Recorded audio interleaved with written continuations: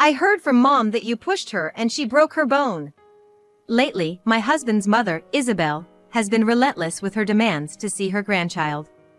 Her selfish requests and unilateral gifts leave me speechless. The stress has piled up, so for my own sake, I have been making up excuses to avoid meeting my mother-in-law as much as possible. Amid all this, I was stunned by my husband, Jake's, words. No matter how much I explain, Jake insists that his mother wouldn't lie, which is trying my patience. Even so, I have no evidence of Isabel's lies, nor anything to prove my innocence. However, I had no idea that a comment from someone was about to offer an unexpected solution. It seems like they expect me to silently accept the blame, but I wish my mother-in-law wouldn't assume she can keep lying. I'm Harriet Miller, a part-time worker and housewife turning 40 this year. My fate changed when I met my husband Jake through work when I was 30, 10 years ago. We started dating and eventually got married after a friend's gathering. I was a shy person, so I was overwhelmed with joy to meet a man I wanted to pursue for the first time. However, I frequently fell ill due to excessive overtime and relentless workload at the apparel company I was working for before marriage. I'm feeling unwell today. I can't prepare dinner, I'm sorry. Are you okay? Don't overdo it. I was fully aware that health comes first in married life. Above all, I wanted to have a child soon, so I decided to face my body seriously by quitting my job after getting married. We agreed to wait for a baby while improving my health, but that time seemed to never come. Time passed cruelly and unceasingly. Jake, 2 years younger than me, is a salesperson at an electronics retail store. He's an upbeat and sociable type, but his tendency to be overly optimistic is his downfall. We've been discussing the future, including our desire to have children. However, he doesn't seem to think deeply about having children. Jake, what kind of dad do you want to be when our child is born? Well, they say kids grow up watching their dad's back, right? There's nothing I can do. You know it's common these days for dads to be actively involved in child-rearing. Involved? Oh, but if I become a dad who is actively involved in child-rearing, it could be a topic of conversation with customers. Every time we talk about children or trying to conceive, it's always like this, and I wish he'd be a little more conscious of it. So, about trying to conceive. You know, these things happen naturally, or when the timing is right. Don't rush it, or you'll just stress yourself out. I was distressed by the gap between Jake's attitude and mine concerning trying to conceive, and it was becoming a source of stress. I was dedicated to managing my health and trying to conceive without working, but the stress was suffocating. So I decided to take up a part-time job. I started working when I was 32, so it's been 8 years now. I feel fulfilled and happy to be relied upon by my colleagues and other part-timers who joined after me. My health has been good recently, but it's a hassle dealing with Isabel's constant nagging. Do you still not have kids? You're almost 40, aren't you? We want them, yes, but it's not really something we can control. How can you be so leisurely about it? Here, this is water and rice for improving fertility. And I'll also put in these cookies that I found at the pharmacy. She said what she wanted like a storm, forcing upon me things I didn't need, and left. It felt pressuring and painful more than anything else. Being constantly scrutinized and lectured about not having kids feels like I'm being blamed for it. I decided it was time to get serious about seeking treatment. Jake, we're not getting any younger. Maybe we should go to a hospital and see if there's anything preventing us from getting pregnant. A hospital? But nothing's wrong with us, right? Kids are made naturally, so we just have to wait, don't we? You said you wanted a child too, didn't you? Even if there's nothing wrong, I think it wouldn't hurt to get checked once. Upon hearing that, Jake stood up with a sigh and went to the kitchen to get a beer. Don't get so worked up. Just relax. Besides, I really don't like hospitals. Recently, I've been feeling a bit annoyed by the difference in our perspectives. However, a particular incident made this nagging feeling towards my husband crystal clear. One Friday, I was discussing our weekend plans with Jake. I'm off work tomorrow, Jake. What about you? There's an urgent task I can't avoid at work. Oh right, My mom said she wants to come over. That's fine, but wouldn't it be better if she came over on a day when you're off? It's alright. I don't know when I'll get another day off. She said she had something to give you, so I thought the sooner, the better. I had planned to enjoy my rare day off alone by going to a cafe or watching a movie, but I guess it couldn't be helped. With little enthusiasm, I began to prepare to invite her into our home. Long time no see, Harriet. It's been a while, Isabel. I'm sorry, Jake is out for work today. That's all right. I had something to discuss with you today. I came here because there was something I wanted to give you. The mother-in-law handed over used baby clothes and a supplement labeled for women. The clothes were visibly worn and, as we don't have a baby yet, receiving such items made things awkward. Also, I have allergies, so I need to be cautious about the components in any supplements. Is this a boy's clothing? There's so much of it. And what's with the women's supplement? Why this? Well, it's not just about feelings. They say a woman's physical preparation is also important. I got these clothes from a friend whose grandchild has outgrown them. We don't have a child yet, and I'm not a big fan of supplements due to my allergies.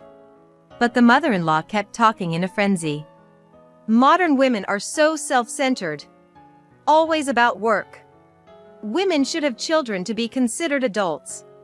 You're already 40, aren't you? I was worried about Jake because he's falling behind because of you. Behind? This is about timing, and it's not about winning or losing, right? What's Jake worried about? He's worried that there's something wrong with your body and that's why you can't get pregnant. That's why he told me to give you lots of good food. I was shocked by my mother-in-law's words and left in a daze. I can't get pregnant because there's something wrong with my body? I wonder what that means. What are you thinking, causing your husband such worry? I'm not a doctor, so I can't really say what's causing this or what the reasons might be. Stop saying things like that. You're 40 years old, Harriet. Now that you've joined the Miller family, you need to at least give me some grandkids. I want to have conversations about my grandkids with my friends too. Isabel seems to be obsessed with the idea of seeing her grandkids and boasting about them to her friends. Moreover, she's taking Jake's words for granted, putting the entire blame on me for not being able to have children. It's really stressful. For now, I'm returning this. Even if we have a child, we still wouldn't know the gender, and I can't take these supplements because I have allergies. That's why I'm saying you should keep it as a charm. There's no space in our house for it now. Please take it back. Because of my mother-in-law's lingering presence until evening, my day off was practically ruined. I was sitting on the couch, too tired to move. At that moment, Jake came home, his face unusually red, seeming pretty drunk. Had a tough day? Did you grab a drink after work? I heard about it. You rejected the gift from my mother, didn't you? It takes some nerve to turn down a gift from your mother-in-law. In Jake's hand was the bag with the gift I had returned to his mother during the day. Oh, that. She chose it because she thought it suited you, and you upset her. That's cold. Whether Jake knew what was in the bag or not, he was blaming me. Do you know what's inside? I don't know anything about it. But it's not right to treat something my mother chose for you with such disregard. He was blaming me without even listening to my side of the story. This kind of thing had happened before, and I was tired of it. If being honest would just make me the villain, maybe I should stop seeing her altogether. Ever since the incident with the baby clothes, I've tried to avoid my mother-in-law as much as possible. But she doesn't care about my troubles and keeps calling me all the time. Harriet, I have to go shopping there. Would you like to have a cup of coffee with me? Sorry, I'm really swamped at work. You're just working part-time, right? Can't you get someone to cover for you? It's not that simple. There are things at my part-time job that only I can handle. Even when she called, I'd make up reasons like having work or needing to go to the hospital to avoid seeing her. I wish I had started doing this sooner. But this respite didn't last long. One day, Jake came home earlier than usual, and something seemed off. Oh, you're home early today. What's up? Instead of answering my question, Jake threw his bag down with a thud and approached me. What the hell did you do? You're a terrifying woman. I had no idea you were the type to do such things behind my back. What are you talking about? I heard that you pushed my mom and she broke a bone. Taken aback by this unexpected revelation, I lost my words for a moment, but then quickly explained. Huh? I haven't seen her in a month? What? Jake looked at me with a puzzled expression. That's what I'm saying. I've been so busy with work and doctor's appointments lately, I haven't had time to see your mother. That's a lie. You're just working part-time, there's no way you're that busy. And besides, what? Jake pulled out a planner and a notebook labeled diary from his bag. I borrowed this planner and diary from my mother when I went to the hospital earlier. According to this planner, she had appointments to meet with you, and her diary says that you've been meeting every 3 days or so recently. Like I said, I haven't met her. Just because it's written in her planner doesn't mean it's true.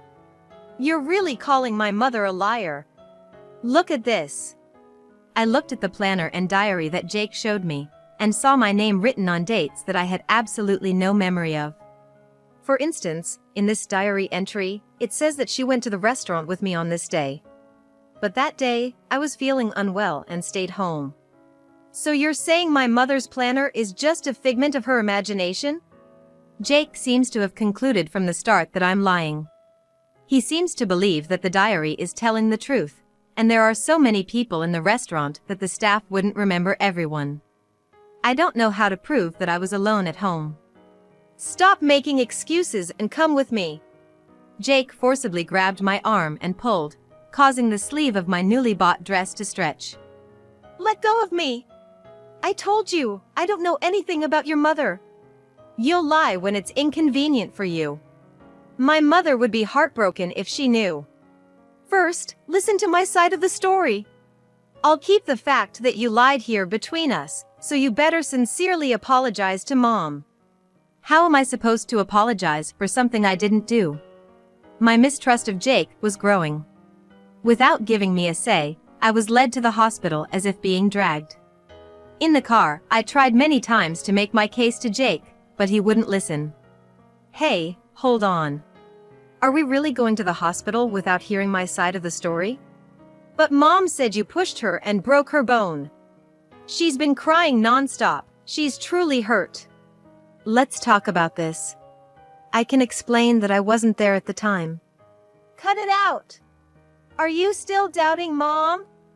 I tried several times to start a conversation, to say I wasn't there, but I was continually refused. I guess I'm out of options. When I asked to see my mother-in-law's planner in the car, there was a note about an appointment between us, but I had no memory of making such an appointment. Upon reaching the hospital, my mother-in-law was sitting in a wheelchair at the entrance. Mom! Are you okay? Isabel. Suddenly, my mother-in-law glared at me and yelled. How dare you! This woman is a devil. After pushing me, she asks if I'm okay. Even Mom says you pushed her. You think she's lying? Their loud voices echoed through the entrance and attracted the attention of the surrounding people. I felt uncomfortable. I wanted to deny it, but I couldn't speak out because the surrounding glances were too intimidating.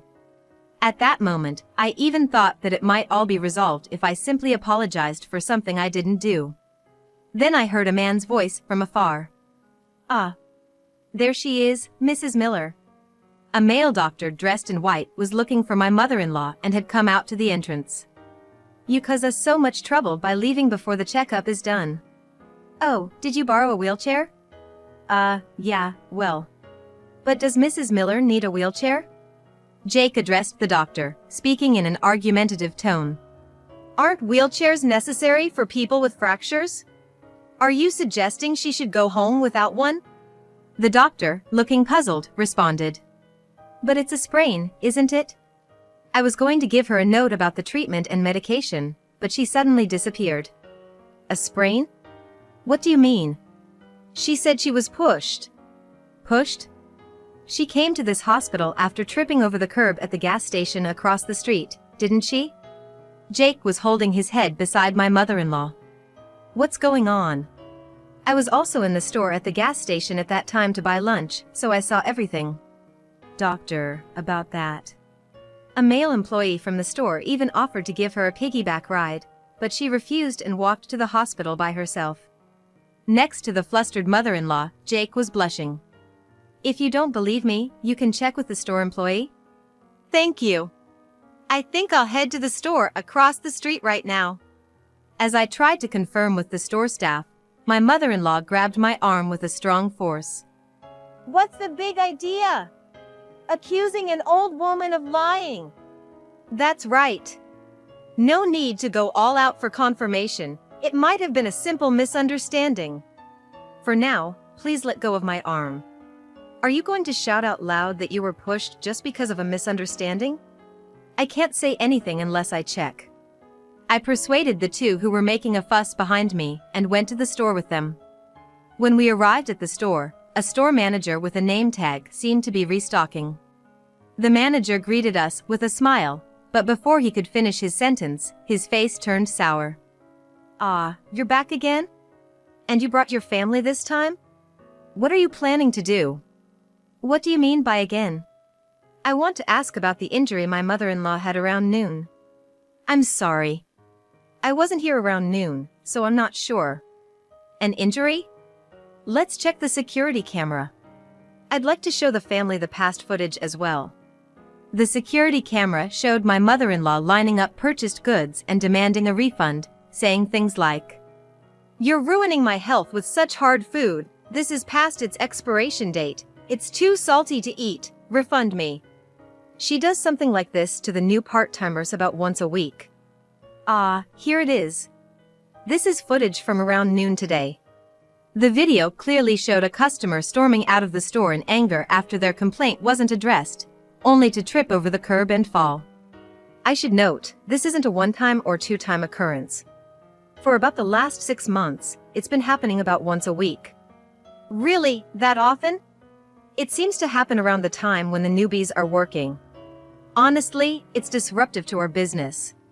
Even though I was disgusted, seeing a family member behave so embarrassingly left me with a feeling I can't quite describe. Yet, for some reason, my husband Jake was persistently arguing with the manager. But isn't it a problem that you are actually selling such things? Our products taste the same nationwide, and we manage them properly with barcodes, so they don't expire.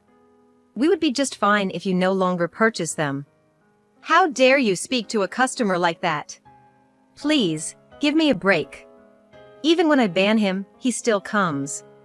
If it gets worse, I'm considering reporting to the police. Upon hearing those words, Jake and my mother-in-law turned pale. You're telling me you're gonna hand an old lady who just wanted to chat to the police? That's right. There's something called respect for elders who want to communicate with younger people. Neither the manager nor I could say anything in response to their ranting. An old person trying to teach the youngsters of today. You understand what I mean, right, Harriet? This is a ridiculous turn of events, but I don't want to be lumped in with these two. I don't understand at all. Plus, it's clear from the video that I didn't push him. That was just a little joke. I was subjected to harsh words from Jake because of that joke and was so embarrassed to be stared at by people in the street that I had to go to the hospital. You're still calling it a joke? Then, my mother-in-law, lips trembling, forced out her words. You've been avoiding me recently, haven't you? Despite my asking you to stop, you continue to do things that make me want to avoid you. I cared about you, getting baby clothes from my friends, bringing you healthy food. You really hurt me. Shouldn't you be the one apologizing to me? Seeing my obstinate mother-in-law and, for some reason, a smug-looking Jake, my mood was quickly deflating. That's enough. Let's leave the store for now.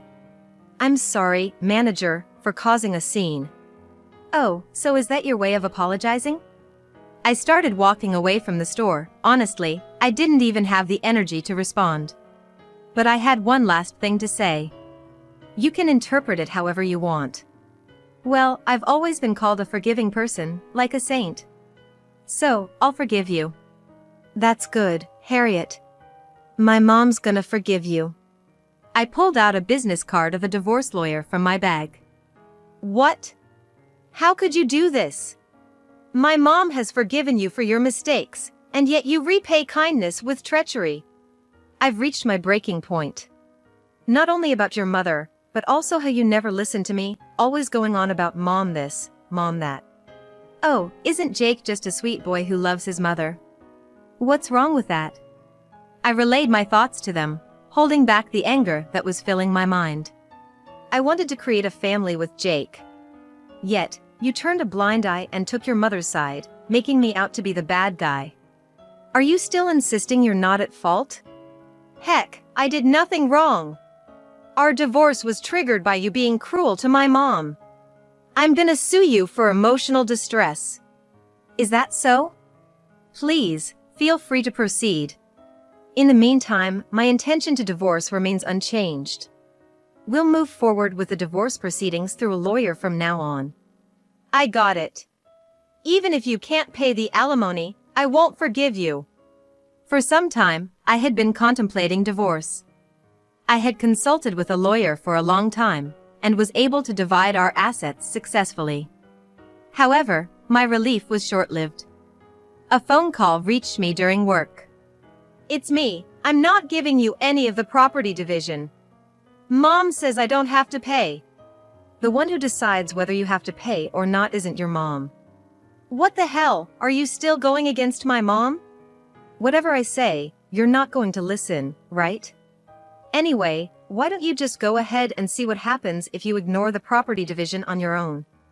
Jake's insistence on not paying the property division, citing his mother, was mind-boggling. However, I had anticipated such a situation. I consulted with my lawyer and asked my workplace to garnish his wages. It was good that I had taken action, considering Jake would find some excuse to not comply with the property division. The news of wage garnishment, the reasons for our divorce, and his misdeeds seemed to have spread throughout his workplace. He had been seen as a caring husband at his workplace, but now people were gossiping behind his back upon knowing his true character. Moreover, given that it's a customer service job, it seems the attitudes of the people at the store have changed. Due to the uncertainty of where information might leak from, he was moved to a non-customer facing department. According to my acquaintance working at the same company as Jake, he was transferred to a department often referred to as the sidelines, where employees who are on their way out are sent. During the time we lived together, he was saying that he might be promoted to a manager soon. With his transfer to the sidelines, his promotion seemed impossible, and it seemed he found it uncomfortable to stay at the company, so he resigned. Jake's life seemed to go downhill from there. He had dumped all the housework on me and only focused on his job. So, he probably didn't know what to do when he had to live alone all of a sudden. It seems that seeing his life fall apart, his mother couldn't stand by, and now they are living together. Though he was living with his mother, it seemed he was under a lot of stress from the daily gossip in the neighborhood about both of them. Nowadays, he seems to be living hand-to-mouth while working part-time. The close relationship he had with his mother seems to have soured since our divorce, but it's his own doing. One day, I received an email from Jake. I realized it only after losing you. I can't live without you. Let's start over. I blocked him straight away. I removed his name I didn't even want to see, and when I reported him as spam, I felt a great sense of relief. I couldn't waste time on someone like him. As for me, after divorcing Jake, I felt as if a weight was lifted, allowing me to fully dedicate myself to work. I may have caused concern for those around me right after the divorce, but now, people are even saying that it may have been good for me. I probably found a sense of ease because I no longer had time to worry about Jake and Isabel. Recently, my efforts have been recognized, and I've been offered a permanent position. Becoming a full-time employee will likely increase the amount of work I can do and the satisfaction I derive from it. I never knew that leveling up at work could bring me such happiness. I truly think it was good that I divorced.